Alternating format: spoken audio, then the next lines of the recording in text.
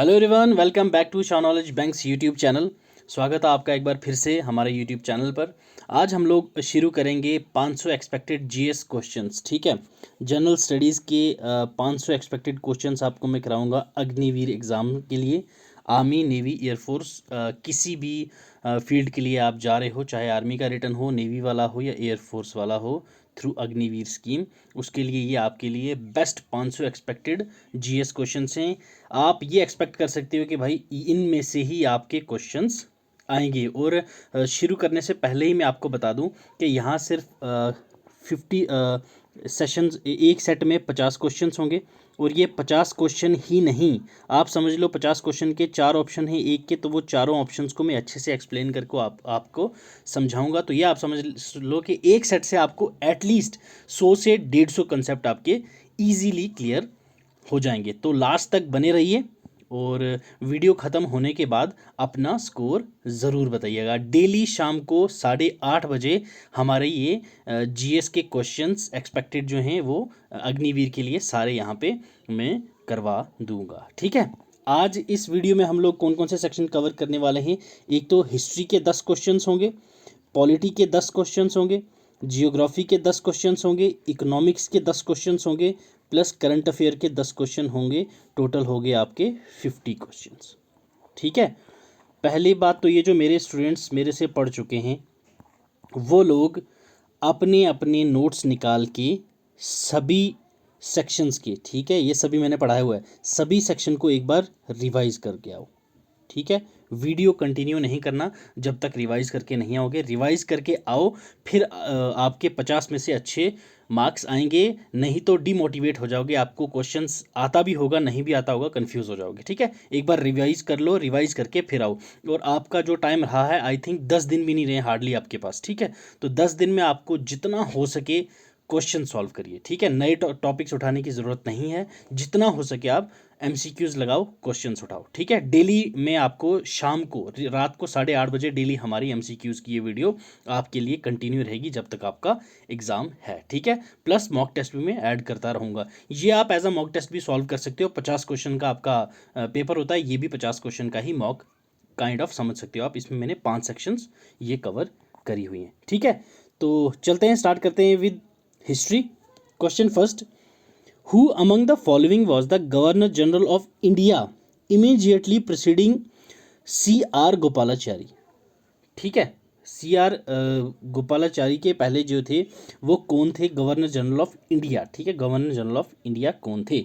Options a the marquis of Linlithgow, lord Mountbatten, lord Wavell या Jawaharlal Nehru. Question first, that is Mountbatten. ठीक है, Lord Mountbatten. ठीक है, जहां मुझे लगेगा कुछ एक्स्ट्रा कंसेप्ट बताने की ज़रूरत है तो वहां मैं आपको एक्स्ट्रा कंसेप्ट बताता चलूंगा। जहां मुझे लगेगा यहाँ पे कोई ज़रूरत नहीं है तो यहाँ पे कुछ भी नहीं होगा। ठीक है, नेक्स्ट देखिए question second, with which one of the following did the civil disobedience movement in India commence. India में इनमें से कौन सी घटना घटी थी उसके बाद से सिविल डिसओबीडियंस स्टार्ट कर दी गई थी। Dandi march, no tax companion by Sardar Patel, the unfurling of national flag by Nehru, okay, Mahatma Gandhi is going on fast. तो बताइए, तो ये थे हमारे पास डांडी मार्च। ठीक है, डांडी मार्च से बिगन हुई थी हमारी सिविल डिसोबीडियंस मूवमेंट 1930। और ये जो था अपना, ये हो गया no tax companion by Sardar Patel, ये पटेल जी ने ही अपना डांडी मार्च ज्वाइन की थी अपना इसके साथ, अपने महात्मा गांधी जी के साथ। C, unfurling the national flag by Nehru, ये हमने क्या, लाहौर सेशन जो हुआ था हमारा 1929 वाला। ठीक है, होप सो आपको याद आ रहा होगा जो क्लास में पढ़ा हुआ आपने। 1920 में जो लाहौर सेशन हुआ था उसमें हमने एक डेट फिक्स करी थी, दैट इज़ 26 जनवरी 1930 को हम लोग अपना पूर्ण स्वराज दिवस मनाएंगे और रावी रिवर के बैंक पे हम लोग अपना नेशनल फ्लैग लहराएंगे। ऑलराइट, इतना क्लियर हुआ। नेक्स्ट चलिए question third, after 1857 which of the following announced at a darbar at Allahabad। ठीक है, इलाहाबाद के दरबार में किसने अनाउंस किया था ये, the assumption of government of India by sovereign of great Britain. ये एजम्पशन किसने अनाउंस करी थी 1857 के दरबार में जो इलाहाबाद में हुआ था, दैट इज लॉर्ड कैनिंग। ठीक है, लॉर्ड कैनिंग। इसके बाद से 1858 में क्वींस रूल इंडिया में शुरू हो गया था, रिवॉल्ट ऑफ 1857 याद है ना सबको, ये शुरू हो गया था। उसके बाद ये कौन थे, Lord Canning. Alright, next question, in which one of the following session was the Indian national Congress split into moderates and extremist. तो ये तो सामने सामने ही आपके पास ऑप्शन में ही है, सवाल में ही जवाब आपका। ठीक है, नागपुर सेशन, इलाहाबाद सेशन, सूरत सेशन या कलकत्ता सेशन। तो ये था सूरत स्प्लिट, जहाँ पे स्प्लिट हुआ था, तो that is Surat split. Okay, कब हुआ था ये भी आपको पता होना चाहिए, that is in 1907, 1907 Surat split. ठीक है, who among the following was the founder of Muslim league. इनमें से मुस्लिम लीग का फाउंडर कौन है, फाउंडर पूछा गया है, मोहम्मद अली जिन्ना, शौकत अली, नवाब सलीमुल्लाह या आगा खान। अली ब्रदर्स तो सब बोलते हैं, बट फाउंडर आपको ऑप्शन में क्या है इनमें से सही, दैट इज नवाब सलीमुल्लाह। ठीक है, option C is the correct answer, Nawab Salimullah. Okay, बाकी सब ने बाद में ज्वाइन की थी मुस्लिम लीग, बट जो फाउंडर थे वो थे Nawab Salimullah. Alright, next question, question 6, Who among the following was thrice elected the president of INC? INC का 3 बार कौन प्रेसिडेंट रहा है इनमें से, ठीक, दादाभाई नौरोजी, सुरेंद्रनाथ बनर्जी, गोपाल कृष्ण गोखले एंड शंकरन नायर। बताइए, तो ये थे हमारे Dadabhai Naoroji. Okay, question 6 option A. ठीक है, दादाभाई नौरोजी जो थे वो 3 बार इलेक्ट हुए थे as a president in INC।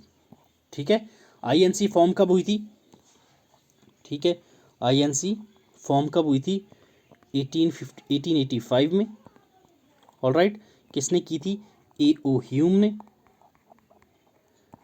कौन सी 2 पार्टीज मर्ज करके INC बना था, ये आप लोग मुझे कमेंट सेक्शन में बताओगे। ठीक है, 83 और 84 में 2 पार्टीज बनी थी, उन 2 पार्टीज को मर्ज करके INC बनाया गया था। वो 2 पार्टीज कौन सी थी, ये लोग आप लोग मुझे कमेंट सेक्शन में कमेंट करके बताइए। Next question, move on to question 7, who among the following was not a member of cabinet mission. इनमें से कैबिनेट मिशन के कौन से मेंबर नहीं थे, sir Stafford Cripps, alright, E.V. Alexander, alright, Pethick Lawrence, alright, या रेड क्लिफ। तो Radcliffe जो थे ये बाउंड्रीज, ठीक है, मैप पे बैठ के उन्होंने ऐसे ऐसे निशान मार दिया, बोला ये बाउंड्री इंडिया की, ये बाउंड्री पाकिस्तान की। ठीक है, तो ये उसके लिए आए थे, कैबिनेट मिशन लेके ये नहीं आए थे। कौन हुए, option C Radcliffe. Okay, who among the following was elected as the president of all India Khilafat conference. हाँ भाई लोग बताओ, कितनी बार मैंने जब क्लास ली थी ऑफलाइन क्लास में, कितनी बार मैंने सभी को बोला था ये सवाल इम्पॉर्टेंट है, बहुत ज़्यादा इम्पॉर्टेंट है, आता है। खिलाफत कॉन्फ्रेंस, ठीक, खिलाफत मूवमेंट के पहले खिलाफत कॉन्फ्रेंस हुआ था। खिलाफत कॉन्फ्रेंस क्यों, 4-5 बार मैंने इसकी रिवीजन भी कराई थी आप सबको।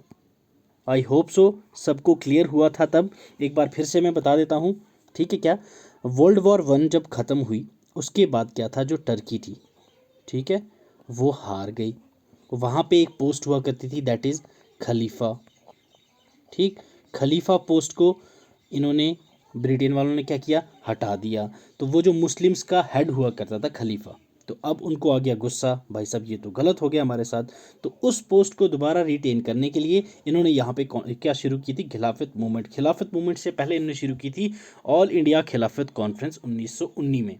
ठीक है, 1919 में। तो उसके प्रेसिडेंट कौन थे, ठीक है, तो वो थे महात्मा गांधी। याद रखना, महात्मा Gandhi.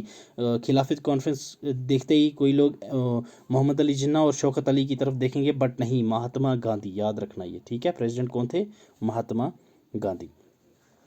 Question 9, October 26, 1947 is an important date in the Indian history because of. इस डेट को इनमें से क्या चीज़ हुई थी, ठीक है, Maharaja Hari Singh signing on instrument of accession, B cease fire with Pakistan, C merger of Sindh, D declaration of war over India by Pakistan. बताइए। तो ये क्या हुआ था, 26 अक्टूबर 1947 को महाराजा हरी सिंह जी ने sign of instrument of accession जो था वो साइन किया था इंडिया के साथ। उसके बाद JNK जो था वो इंडिया के साथ मिल गया था, याद रखना option E. Okay, next last question of history section.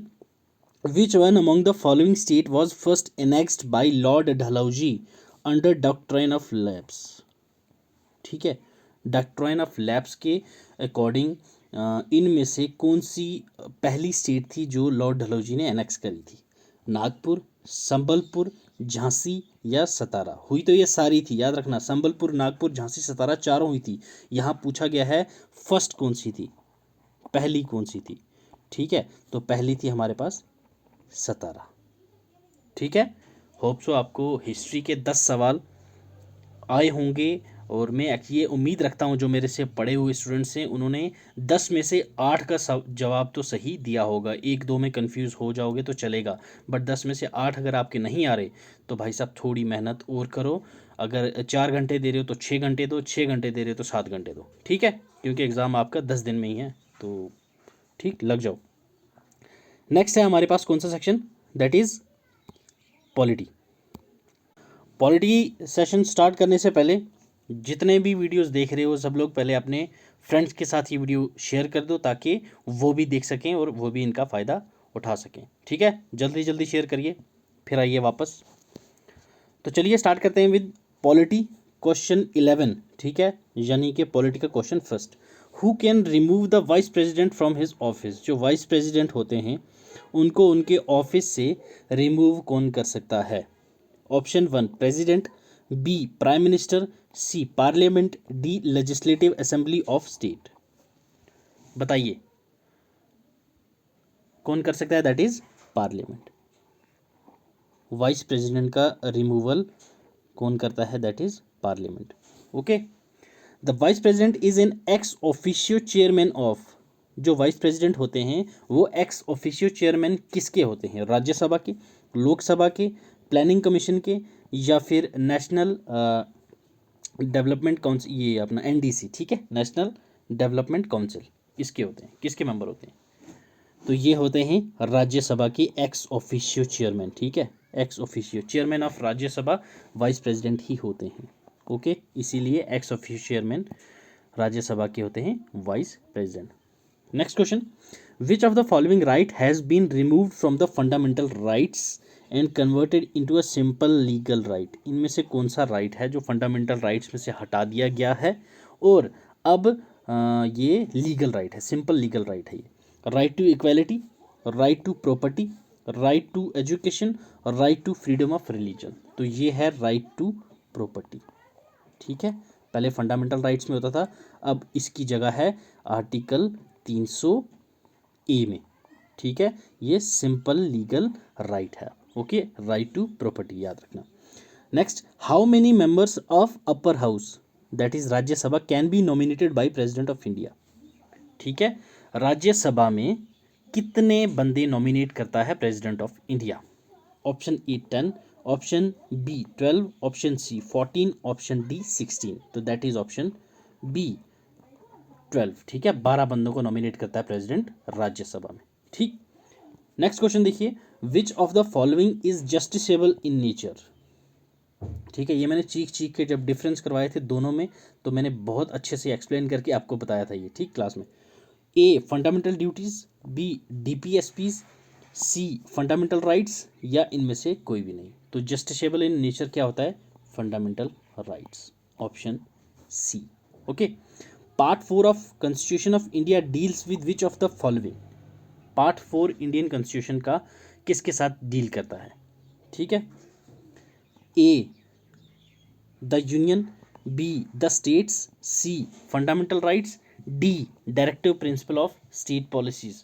तो ऑप्शन डी, ये सी हो गया है, इसको डी कर लो। Option D is the correct answer, that is directive principle of state policies, option D. Okay, next question, question 17, which of the following articles of Indian constitution contain the right to religion of freedom. ठीक है, कौन सी article हैं जो right to religious freedom देते हैं? Article 25 to 28, article 29 to 30, article 32 to 35, article 23 24। बताइए। तो ये है हमारे पास article 25 to 28, right to religious freedom. Okay, next question 18, which of the following article of Indian constitution guarantees equality before the law and equal protection of law within the territory of India? Fundamental rights मैंने आपको बहुत अच्छे से कराए थे, ठीक है, तो ये क्वेश्चंस गलत नहीं होने चाहिए यहाँ पे भी और एग्जाम में भी। ओके, क्वेश्चन 18 बताइए, equality before law and equal protection of law, कौन से आर्टिकल? 15, 14, 17 या 18? तो दैट इज ऑप्शन बी 14। ठीक है, article 14। Next question, which article of the Indian constitution abolishes untouchability? Question 19, which article of the Indian constitution abolishes untouchability? Untouchability को abolish करने में कौन सा आर्टिकल हमारा ये कहता है कि भाई साहब अनटचेबिलिटी को एबॉलिश कर दो? आर्टिकल 18, आर्टिकल 15, आर्टिकल 14 या आर्टिकल 17? तो दैट इज आर्टिकल 17। ठीक है, option D article 17। Question 20, in which part of Indian constitution the fundamental rights are provided? कौन से पार्ट में फंडामेंटल राइट्स प्रोवाइडेड हैं? क्वेश्चन 20, पार्ट सेकंड में, पार्ट थर्ड में, पार्ट 5 में, पार्ट 4 में? तो अभी हमने पार्ट 4 देख लिया लास्ट में, तो पार्ट थर्ड में आते हैं हमारे पास क्या? Fundamental rights. ओके, पार्ट 2 में क्या आता है हमारे पास? सिटीजनशिप। पार्ट 1 में क्या आता है हमारे पास? Union in its territories. तो इसके साथ हमारे पॉलिटी के 10 क्वेश्चंस कंप्लीट। नेक्स्ट हम लोग शुरू करेंगे geography. Alright, geography question first, that is set 1 का 21st क्वेश्चन। देखिए, Pradeep port is located on delta of which among the following? Simple सा सवाल है जो प्रदीप पोर्ट है। ठीक है, पोर्ट्स आपके सिलेबस में है, जितने भी हमारे इंडियन पोर्ट्स हैं इंपॉर्टेंट वाले, प्रदीप पोर्ट उनमें से एक है। प्रदीप पोर्ट इनमें से कौन सी नदी के डेल्टा पे है? Rihand river, Mahanadi river, Baitarani river या इनमें से कोई भी नहीं? तो प्रदीप पोर्ट जो लोकेट करता है वो करता है महानदी के डेल्टा पे। ठीक है, ऑप्शन बी। नेक्स्ट क्वेश्चन देखिए, which among the following rivers does not flow into the Arabian sea? अच्छे से याद होगा आपको, मैंने विद ट्रिक आपको पढ़ाया था। East and west flowing rivers सारी एक एक करके मैंने आपको रटवाई थी ट्रिक के साथ। तो ये आपको बिना सोचे समझे आपको ये आंसर पता होना चाहिए। ठीक है, और इसका आंसर भी आप कमेंट सेक्शन में आप खुद दोगे, मैं नहीं बताऊंगा। और अगर आपको east flowing west flowing rivers हो गई, ठीक है ना, और अरेबियन सी में कौन सी रिवर ड्रेन करती है, बे ऑफ बंगाल में कौन सी रिवर ड्रेन करती है, आपको अगर अभी तक कोई नया है जिसको पता नहीं है तो वो मैं लिंक डिस्क्रिप्शन में दे दूंगा इंडियन जियोग्राफी की प्लेलिस्ट में। वहाँ पे मैंने सारी रिवर्स विद ट्रिब्यूटरीज और लास्ट में ट्रिक्स भी बताई हैं। ऐसी ट्रिक एक बार पढ़ोगे लाइफ टाइम आपको याद रहेगी। ठीक है, इस क्वेश्चन का आप आंसर मुझे दीजिए, तब तक चलते हैं नेक्स्ट क्वेश्चन पे। 23, in which one of the following islands of India an active volcano found? ठीक है, इनमें से कौन से आइलैंड पे जो इंडिया का एक्टिव वॉल्केनो है वो पाया जाता है? Option E little Nicobar island, Mayabunder island, Nancowry island या फिर बैरन आइलैंड? तो ये है बैरन आइलैंड में। ठीक है, बैरन आइलैंड में हमारा इंडियन एक्टिव वॉल्केनो पाया जाता है। Okay, Barren Island. Question 24, which of the following mountain ranges is spread over only one state? ध्यान देना, ये इनमें से कौन सी माउंटेन रेंजेस हैं जो सिर्फ एक ही स्टेट में स्प्रेड करता है, एक से ज़्यादा स्टेट में स्प्रेड नहीं करता? जितने भी मैक्सिमम माउंटेन रेंजेस होते हैं वो 2 से 3 स्टेट में वेरी करते हैं, कोई तो 5-6 स्टेट्स तक भी स्प्रेड करते हैं। तो आप बताइए कौन सा ऐसा है इनमें से, इन चारों में से, जो सिर्फ एक स्टेट पे है, एक ही स्टेट में स्प्रेड करता है? अजंता, ठीक है, सतपुरा, सह्याद्री या अरावली? तो ये है अजंता। ठीक है, अजंता। अजंता माउंटेन रेंज जो है ये सिर्फ और सिर्फ महाराष्ट्र में स्प्रेड करता है। All right, next question, which of the following valley often referred as valley of gods. ठीक है, कौन सी वैली है इनमें से जिसको वैली ऑफ गॉड्स भी रेफर किया जाता है कई बार? Khajjiar valley, Kullu valley, Rohtang valley या चंबा वैली? तो दैट इज कुल्लू वैली। ठीक है, 25 का आ गया option B, Kullu valley. Okay, 26 देखिए, the Bhander plateau is located in which one of the following states. बताइए, प्लेट्यूज, ये भी जियोग्राफी की प्लेलिस्ट में आपको वीडियोस मिल जाएंगी, प्लेट्यूज ऑफ इंडिया। ठीक है, छोटा नागपुर प्लेट्यू, भांडर प्लेट्यूज, ठीक है, जितने भी प्लेट्यूज हैं आपके, और वहाँ पे क्या पाया जाता है, आयरन कहाँ पे जाता है, कैल्शियम है, फॉस्फेट है, जो भी है ये सब कहाँ कहाँ पाए जाते हैं मैंने आपको डिटेल में समझा रखा है, वहाँ जाके आप देख सकते हैं। तो यहाँ आपसे पूछा गया है भांदर प्लेट्यू जो है ये कहाँ पे है, एमपी, झारखंड, महाराष्ट्र या कर्नाटका? तो ये पाया जाता है हमारा Madhya Pradesh, that is MP. Okay, option A, 26 option A. 27 देखिए, the biosphere reserve program was launched in India in which year. Biosphere reserve program कौन से साल में इंडिया में लॉन्च किया गया था? ठीक है, ऐसे सवाल आपके एग्जाम में पूछे जाते हैं, ये एग्जामिनर के फेवरेट क्वेश्चन हैं, इसीलिए मैंने इस टाइप के क्वेश्चन आपके लिए लाए हैं। ठीक है, तो बताइए कब बायोस्फीयर रिजर्व प्रोग्राम इंडिया में लॉन्च किया गया था, किस साल? 1986, 1988, 1992 या 1995? तो दैट इज़ 1986। ठीक है, बायोस्फीयर रिजर्व प्रोग्राम जो है वो 1986 में इंडिया में लॉन्च करा गया था। Alright, next, which of the following is the highest dam in India? ठीक है, इनमें से हाईएस्ट डैम कौन सी है? Bhakra dam, Hirakud dam, Tehri dam या दुलहस्ती डैम? तो that is option C, Tehri dam. ठीक है, Tehri dam is the highest dam in India. Next question, which of the following crops are grown mostly under the subsistence farming? ठीक है, पहले तो आपको पता होना चाहिए सबसिस्टेंस फार्मिंग होती क्या है। सबसिस्टेंस फार्मिंग हम उसी को बोलते हैं जो फार्मर जो होता है वो क्रॉप उगाता है सिर्फ अपनी रिक्वायरमेंट पूरी करने के लिए, उतना ही उगाता है जितना वो खा लेता है। ठीक है, ये उसको बोलते हैं हम लोग सबसिस्टेंस फार्मिंग। तो कॉटन और तंबाकू ये तो कोई है नहीं जो अपने लिए कम उगाएगा, वो खुद खाएगा। Millets and rice, okay. Vegetables and fruits, okay. T and coffee, ठीक है। मिलेट्स एंड राइस, ठीक है, मिलेट्स एंड राइस ये सब्सिस्टेंस फार्मिंग में ग्रो किए जाते हैं, जिस उतनी ही उगाई जाती हैं जितने लोग खाते हैं। ये दो सब्सिस्टेंस फार्मिंग में आते हैं। ठीक है, इन ऑप्शंस में से बाकी और भी चीज़ें हैं जो सब्सिस्टेंस फार्मिंग में आती हैं, बट वेजिटेबल फ्रूट्स भी कभी कभी सब्सिस्टेंस फार्मिंग में आ जाती है। बट काफ़ी टाइम लोग ये जो हैं वेजिटेबल्स और फ्रूट्स को मार्केट में बेचते हैं, जो घर के लिए भी उगाते हैं वो भी बेचते हैं। तो इसलिए मिलेट्स और राइस जो होते हैं वो फार्मर अगर ब्रॉड एरिया में उगा के बेच रहा है तो वो तो अलग बात है, बट सब्सिस्टेंस फार्मिंग में मिलेट्स एंड राइस आते हैं, ये आपको याद रखना है। Question 30, Yamuna river was the tributary of which one of the following reverse it before it become the tributary of Ganga river? ठीक है, गंगा रिवर की ट्रिब्यूटरी है, ये आपको पता ही है। गंगा की भी मैंने ट्रिब्यूटरीज आपको अच्छे से करवाई थी, अगर आपको नहीं पता है तो आप डिस्क्रिप्शन में दिए गई प्लेलिस्ट देखिए और वहाँ से आप गंगा रिवर सिस्टम आराम से समझ सकते हो। देवप्रयाग आपका जितना भी है वहाँ से लेके लास्ट पद्मा बांग्लादेश में जब जाती है वहाँ तक मैंने सब एक्सप्लेन कर रखा है, और ट्रिब्यूटरीज इसकी मैंने विद ट्रिक बता रखी है। ठीक है, यमुना रिवर गंगा की ट्रिब्यूटरी बनने से पहले किसकी ट्रिब्यूटरी होती है? ठीक है, किसकी ट्रिब्यूटरी है बताइए? महानदी, गोदावरी, इंदस या तापी? तो ये इंदस की ट्रिब्यूटरी है गंगा की ट्रिब्यूटरी बनने से पहले। ठीक है, नेक्स्ट क्वेश्चन देखिए, इकोनॉमिक्स के 10 क्वेश्चंस आ गए, अब जियोग्राफी के 10 हो गए। सबसे पहले हमने हिस्ट्री के 10 क्वेश्चंस किए, पॉलिटी के 10 क्वेश्चंस किए, उसके बाद जियोग्राफी के अभी हमने 10 क्वेश्चंस किए।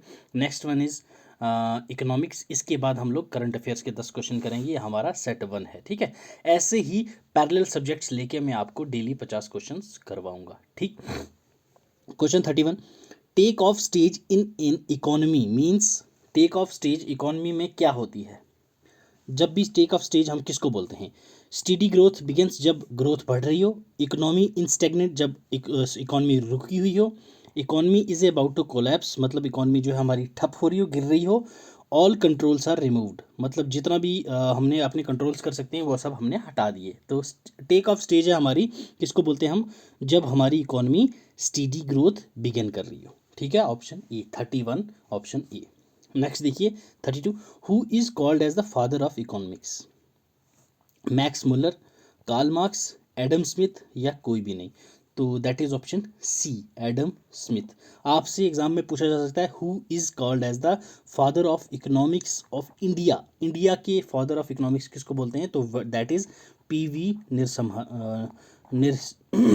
नरसिम्हा राव। ठीक है, याद रखना PV Narasimha Rao.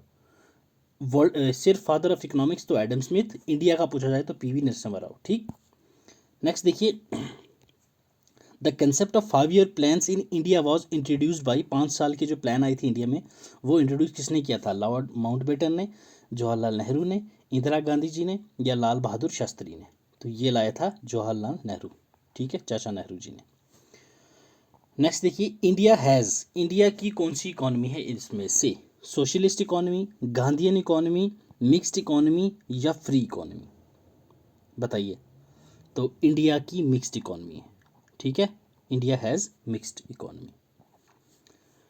Next, who is the father of Indian economy? ये लो, अभी मैंने आपको बताया था। ठीक, who is the father of Indian economics? ये बताने की ज़रूरत नहीं है आपको। Max Muller, Karl Marx, Adam Smith and PV Narasimha Rao. ठीक, PV Narasimha Rao is the father of Indian economics. ठीक, 36, the economic term use to rank countries according to HT, that is human development, is GDP per capita, GNP, Gini coefficient या फिर HDI? तो that is human development index. ठीक है, ये countries को rank करता है in terms of human development. The term oligopoly means, oligopoly, ठीक, मोनोपोली, ओलिगोपोली, ये सब जो है ये आपकी मार्केटिंग की टर्म्स है। ठीक, तो ओलिगोपोली क्या चीज़ है? Oligopoly means monopoly. ठीक है, ओलिगोपोली फ्यू सेलर्स, सोशलिज्म या मैनी सेलर्स? तो जो ओलिगोपोली मार्केट होती है उसमें सेलर्स फ्यू होते हैं, थोड़े बहुत होते हैं। ठीक है, that is option B. 38, we measure national income by this method. ठीक है, नेशनल इनकम हम इनमें से किस मेथड से कैलकुलेट करते हैं?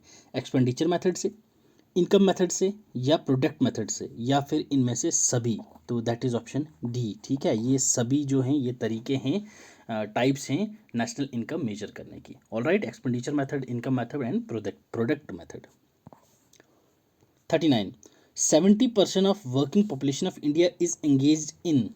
ठीक है, बताइए कौन से सेक्टर में है 70% पॉपुलेशन, इंडिया की वर्किंग पॉपुलेशन एंगेज है? पब्लिक सेक्टर में, प्राइमरी सेक्टर में, सेकेंडरी सेक्टर में या टर्शरी सेक्टर में? तो दैट इज़ प्राइमरी सेक्टर। ठीक है, 70% से ज़्यादा हमारी जो वर्किंग पॉपुलेशन है वो एंगेज है प्राइमरी सेक्टर में।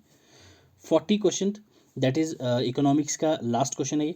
The planning commission is, planning commission क्या है? एक मिनिस्ट्री है, गवर्नमेंट डिपार्टमेंट है, एडवाइजरी बॉडी है या फिर ऑटोनोमस कॉरपोरेशन है? तो क्या है ये? तो जो प्लानिंग कमीशन है that is in advisory body, ये एक एडवाइजरी बॉडी है। ठीक है, याद रखिएगा। नेक्स्ट देखिए, करंट अफेयर्स के क्वेश्चन हैं ये लास्ट 10 क्वेश्चंस को अच्छे से देखिए। सीए संभावना है आपके करंट अफेयर्स इन्हीं में से आएगा। ठीक है, तो अच्छे से करिएगा ये। Question 41, Sunita Lakra who announce her retirement recently is a famous Indian player of which sport? Sunita Lakra कौन सी स्पोर्ट से बिलोंग करती हैं? टेनिस से, बैडमिंटन से, हॉकी से या क्रिकेट से? तो ये सुनीता लकड़ा हॉकी से बिलोंग करती हैं। ठीक है, याद रखिएगा। Who is the most successful pace bowler? ठीक है, pace bowler in the history of international cricket as of 2022 का एज ऑफ हिस्ट्री का पेस बॉलर। ठीक है, मोस्ट सक्सेसफुल पेस बॉलर कौन सा है? बताइए। Option A Jasprit Bumrah, James Anderson, Ravindra Jadeja, Ishant Sharma? तो ये है हमारा जेम्स एंडरसन। ठीक है, option B James Anderson. Next question देखिए, भीतरकनिका नेशनल पार्क, क्या Bhitarkanika national park which was seen in news is located in which state? ठीक है, भीतरकनिका नेशनल पार्क, ये पार्क्स, नेशनल पार्क्स जो है मैंने 4-5 स्टेट्स की आपको ट्रिक के साथ याद करवाई थी, तो आपको ये भी पता होनी चाहिए, पूछा जा सकता है। वेस्ट बंगाल, ओडिशा की नेशनल पार्क है, बिहार की है या आंध्र प्रदेश की है? तो दैट इज़ ओडिशा की नेशनल पार्क है Bhitarkanika national park. Okay, Bhitarkanika national park. Which state और UT announced ban on production, ठीक है, प्रोडक्शन, सेल और use of all types of fire crackers till January 1, 2023। इसमें से कौन सी स्टेट या यूटी ने बैन भी किया है और प्रोडक्शन भी बैन है, सेल भी बैन है और उसका यूज़ भी बैन है 1 जनवरी 2023 तक? महाराष्ट्र ने, न्यू दिल्ली ने, सिक्किम ने या हिमाचल ने? तो that is New Delhi. Okay, option B New Delhi. Who is the writer of the US open tennis tournament winner? Writer नहीं, winner. Who is the winner of US open tennis tournament 2022 के जो यूएस ओपन टेनिस टूर्नामेंट था उसके winner कौन थे? Casper Ruud, Carlos Alcaraz, Novak जोकोविच, Rafael Nadal. तो बताइए कौन थे इसके winner? Question 45 answer is B Carlos Alcaraz, ठीक है, Carlos Alcaraz. 46 which country is the winner of SAFF women's championship title in 2022? SAFF जो वुमेन्स चैंपियनशिप थी उसका टाइटल किसने जीता? इंडिया, नेपाल, बांग्लादेश या श्रीलंका? तो ये जीता है हमारा बांग्लादेश ने, ठीक है, SAFF women's championship title 2022 Bangladesh.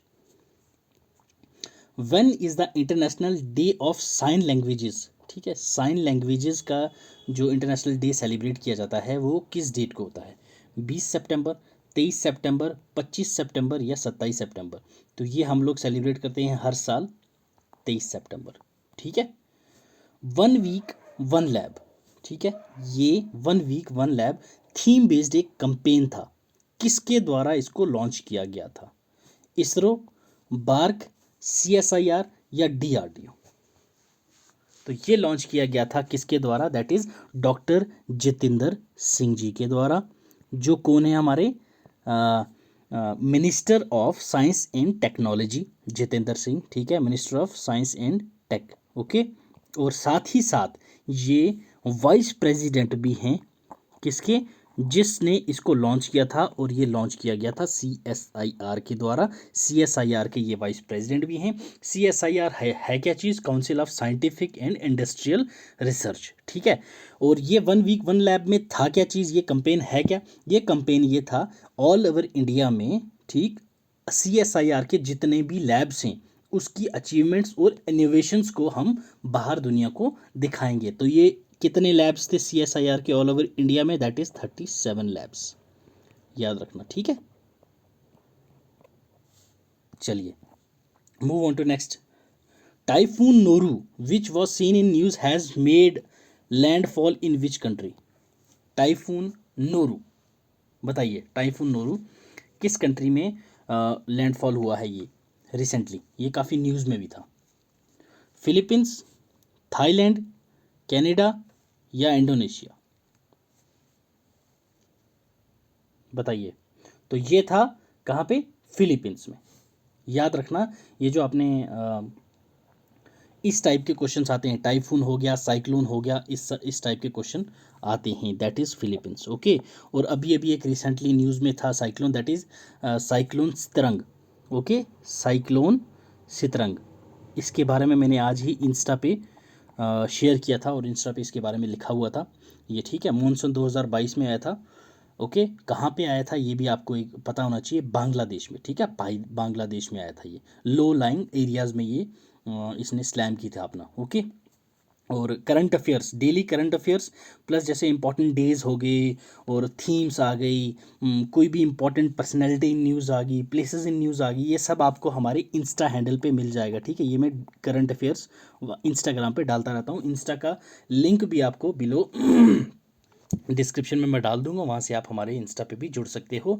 वहाँ पे आपको थ्रू शॉर्ट्स, ठीक है, शॉर्ट्स भी डाल देता हूँ, रील्स भी डाल देता हूँ मैं शॉर्ट में, आपको कोई ऑर्गेनाइजेशन हो गया या फिर कोई निमोनिक्स हो गया, उसके थ्रू भी समझा देता हूँ मैं। वहाँ पे आप हमारे इंस्टा पे भी जुड़ सकते हैं। टेलीग्राम तो आप में भी होंगे, नहीं हो तो वहाँ पे हर लेक्चर की PDFs प्लस जितने भी एक्स्ट्रा एक्टिविटीज़ कोई होती है या फिर कोई स्कीम आती है, सेंट्रल स्पॉन्सर्ड स्कीम हो गई, ठीक है, तो वो सब भी मैं वहाँ पे डाल देता हूँ डेली। वहाँ पे क्वेश्चंस MCQs भी प्रैक्टिस हो जाते हैं हमारे। व्हाट्सएप ग्रुप भी है, सभी के लिंक मैं आपको नीचे डिस्क्रिप्शन में दे दूंगा, वहाँ से आप ज्वाइन कर सकते हैं। चलिए लास्ट क्वेश्चन करते हैं इस सेशन का। What is the theme of World Rivers Day 2022? World Rivers Day 2022 का जो था उसकी थीम क्या थी? Option A, the importance of river to biodiversity. B, the importance of rivers to sustainability. Option C, the importance of rivers to universe. The importance of rivers to climate change. तो World Rivers Day का जो theme था वो थी हमारे पास option A, World the importance of rivers to biodiversity. Rivers की importance biodiversity के लिए क्या है, ये हमारी थीम थी वर्ल्ड रिवर्स डे 2022। ठीक है, तो अब आप लोग मुझे कमेंट सेक्शन में बता सकते हैं 50 में से आपके कितने मार्क्स हैं और किस सेक्शन में आपके मार्क्स कटे हैं, किस सेक्शन में आपने कम सवाल किए हैं, ताकि उस सेक्शन में नेक्स्ट टाइम फर्दर आपके लिए ही इम्प्रूव कर सकूं मैं, उसके लिए 3-4 क्वेश्चंस में एक्स्ट्रा प्रैक्टिस करवा दिया करूंगा। ठीक है, अगर आपको ये लेक्चर पसंद आया तो लाइक ज़रूर कीजिएगा। ठीक है, अगर पसंद नहीं आया तो लाइक करके कमेंट में ज़रूर बता दीजिएगा कि भाई साहब आपके लेक्चर में इस चीज़ की कमी थी। टिल देन आज के लिए इतना ही। God bless you, keep learning, keep sharing.